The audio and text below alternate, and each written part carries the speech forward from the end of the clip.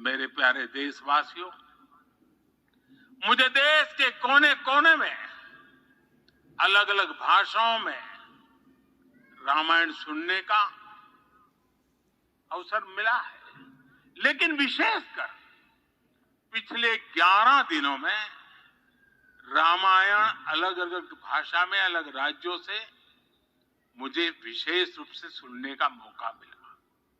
राम को परिभाषित करते हुए ऋषियों ने कहा है, रमन्ते यस्मिन् इति रामः, अर्थात जिसमें रम जाए वही राम है।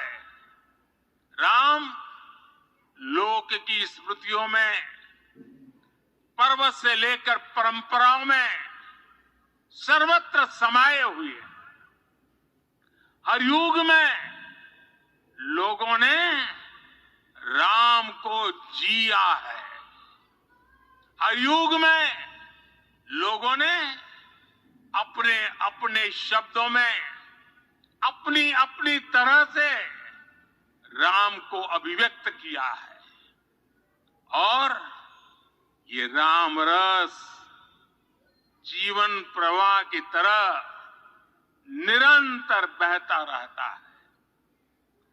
प्राचीन काल से भारत के हर कोने के लोग राम रस का आचमन करते रहे हैं। राम कथा असीम है और रामायण भी अनंत है। राम के आदर्श, राम के मूल्य, राम की शिक्षाएं सब जगह एक समान है। प्रिय देशवासियों, आज इस ऐतिहासिक समय में देश उन व्यक्तित्वों को भी याद कर रहा है जिनके कार्य और समर्पण की वजह से आज हम ये शुभ दिन देख रहे हैं। राम के इस काम में कितने ही लोगों ने त्याग और तपस्या की पराकाष्ठा करके दिखाई है। उन अनगिनत राम भक्तों के, उन अनगिनत कार सेवकों के और उन अनगिनत संत महात्माओं के हम सब ऋणी हैं।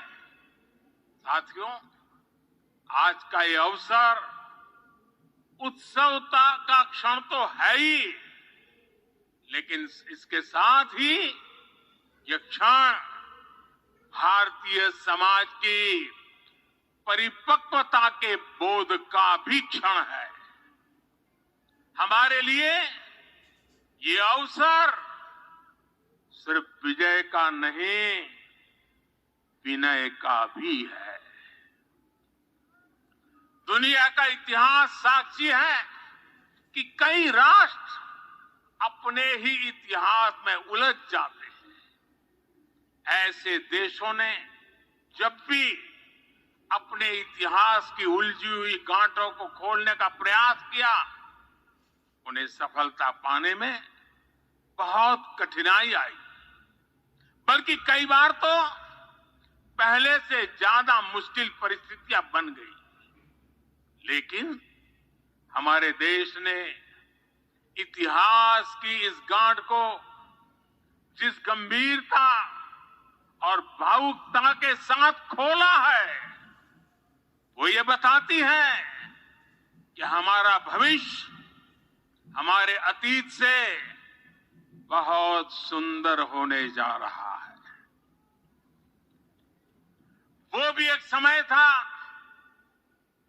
जब कुछ लोग कहते थे कि राम मंदिर बना तो आग लग जाएगी। ऐसे लोग भारत के सामाजिक भाव की पवित्रता को नहीं जान पाए। राम लला के इस मंदिर का निर्माण भारतीय समाज के शांति, धैर्य, आपसी सद्भाव और समन्वय का भी प्रतीक है। हम देख रहे हैं ये निर्माण किसी आग को नहीं, बल्कि ऊर्जा को जन्म दे रहा है।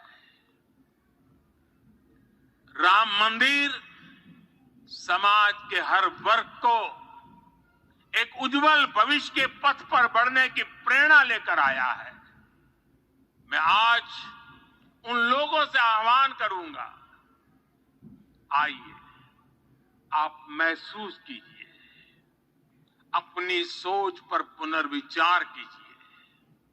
राम आग नहीं है, राम ऊर्जा है। राम विवाद नहीं, राम समाधान है। राम सिर्फ हमारे नहीं है, राम तो सबके हैं। राम वर्तमान नहीं, सिर्फ वर्तमान ही नहीं, राम अनंत काल है।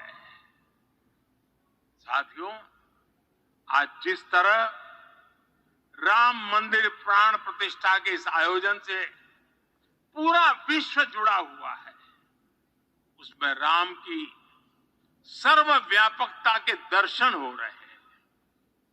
जैसा उत्सव भारत में है, वैसा ही अनेक देशों में है। आज अयोध्या का यह उत्सव रामायण की उन वैश्विक परंपराओं का भी उत्सव बना है।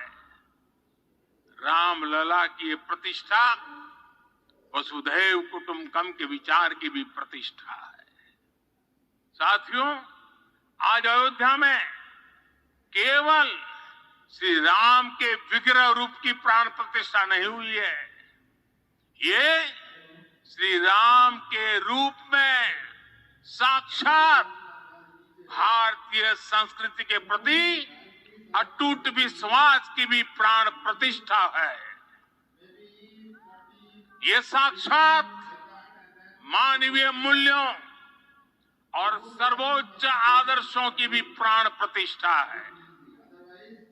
इन मूल्यों की, इन आदर्शों की आवश्यकता आज संपूर्ण विश्व को है। सर्वे भवन्तु सुखिनः, ये संकल्प हम सदियों से दोहराते आए हैं। आज उसी संकल्प को राम मंदिर के रूप में साक्षात आकार मिला है। ये मंदिर मात्र एक देव मंदिर नहीं है, ये भारत की दृष्टि का, भारत के दर्शन का, भारत के दिग्दर्शन का मंदिर है। ये राम के रूप में राष्ट्र चेतना का मंदिर है।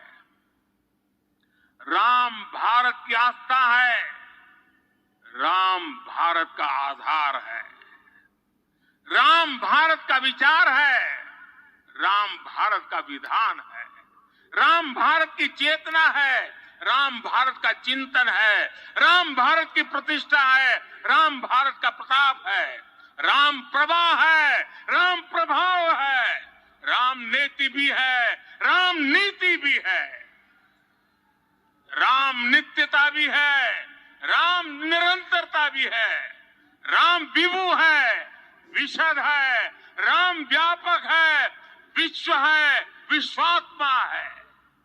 और इसलिए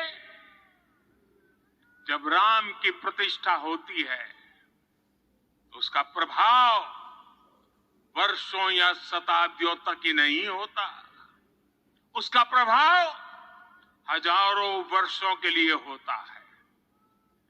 महर्षि वाल्मीकि ने कहा है, राज्यम 10 सहस्त्राणि प्राप्य वर्षाणि राघव, अर्थात राम 10,000 वर्षों के लिए राज्य पर प्रतिष्ठित हुए, यानी हजारों वर्षों के लिए राम राज्य स्थापित हुआ।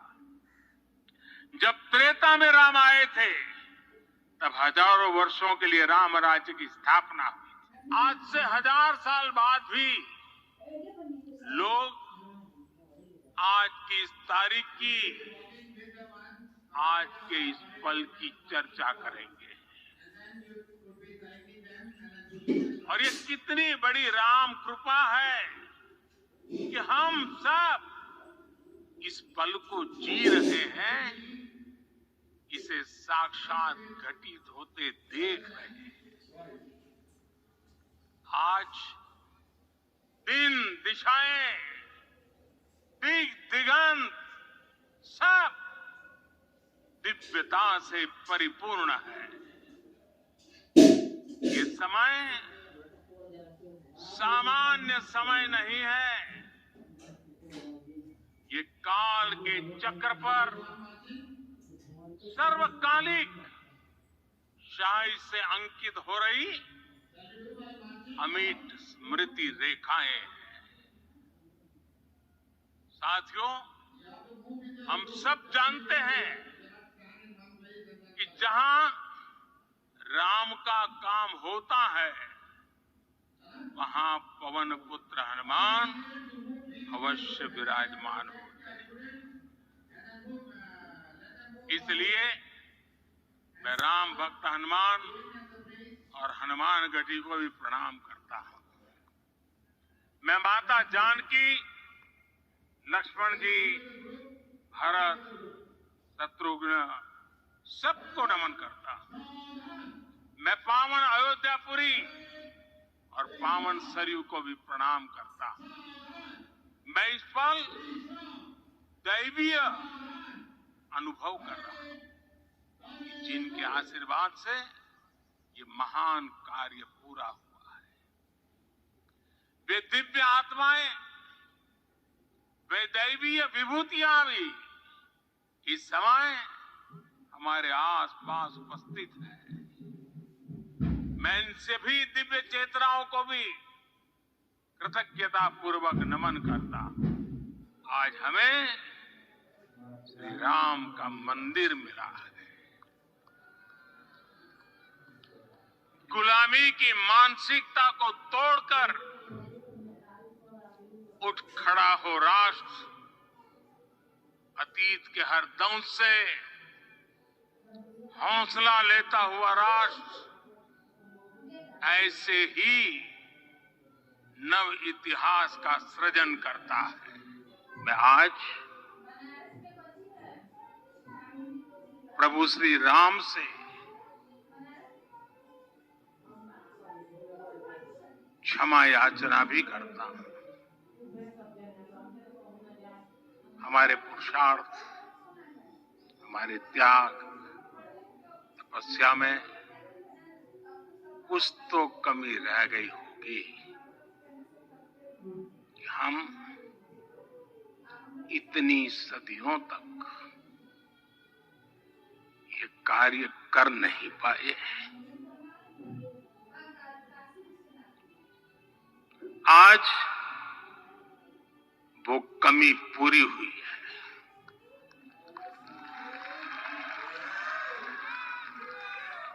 मुझे विश्वास है प्रभु राम आज हमें अवश्य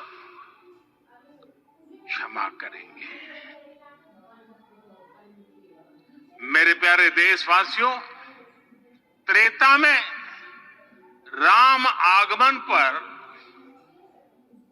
पूज्य संत तुलसीदास जी ने लिखा है, प्रभु बिलोक की हर से पुरबासी, जनित वियोग विपत्ति सबनासी। अर्थात प्रभु का आगमन देकर ही सब अयोध्यावासी, समग्र देशवासी हर्ष से भर गए। लंबे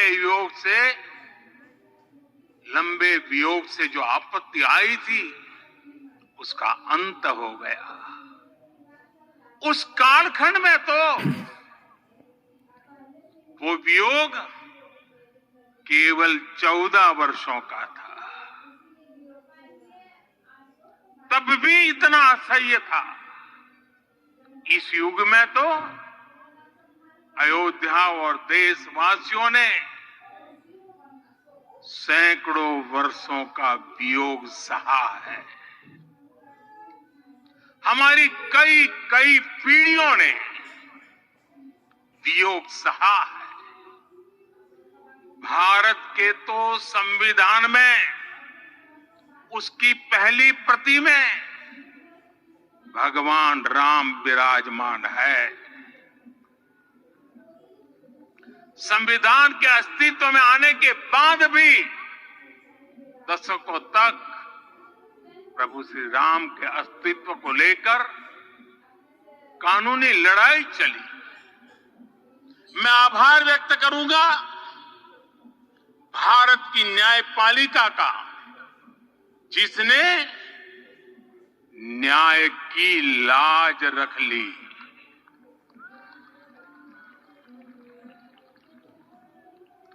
न्याय के पर्याय प्रभु राम का मंदिर भी न्यायबद्ध तरीके से ही बना।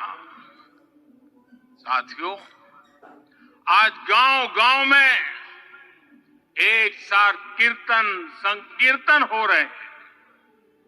आज मंदिरों में उत्सव हो रहे हैं, स्वच्छता अभियान चलाए जा रहे हैं। पूरा देश आज दीपावली मना रहा है। आज शाम घर घर राम ज्योति प्रज्वलित करने की तैयारी है।